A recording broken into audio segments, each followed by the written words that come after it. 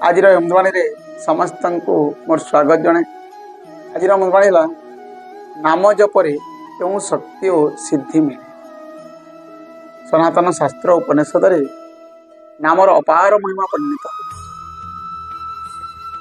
କଲି ସନ୍ତରଣ ଉପନିଷଦ କହେ କଲିଯୁଗରେ ମୋକ୍ଷ ପାଇବାର ସରଳ ଉପାୟ ହେଉଛି ହରିନାମ ସ୍ମରଣ।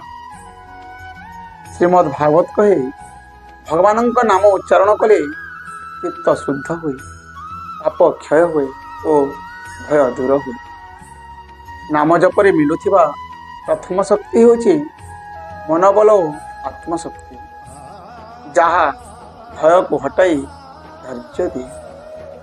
ଦ୍ୱିତୀୟ ହେଉଛି ଚିତ୍ତ ଏକାଗ୍ରତା, ଯାହା ସଫଳତାର ଦ୍ୱାର ଖୋଲେ। ଏବଂ ତୃତୀୟ ହେଉଛି ଦୈବୀ କୃପାର ସିଦ୍ଧି, ଯେଉଁଠାରେ ଅସମ୍ଭବ କାମ ମଧ୍ୟ ସମ୍ଭବ ହୁଏ। ଯୋଗ ତନ୍ତ୍ର ଶାସ୍ତ୍ର କହେ ନିରନ୍ତର ହରିନାମ ସ୍ମରଣ କଲେ ଆମେ ମୋକ୍ଷ ପ୍ରାପ୍ତି ହୋଇପାରିବା। ଏଇଟା ଥିଲା ଆଜି ଅମୃତବାଣୀ। ଏ ଅମୃତବାଣୀଟିକୁ ସମସ୍ତଙ୍କ ପାଖକୁ ସେୟାର କରନ୍ତୁ, ଲାଇକ୍ କରନ୍ତୁ, ସବସ୍କ୍ରାଇବ୍ କରିବାକୁ ଭୁଲନ୍ତୁ ନାହିଁ।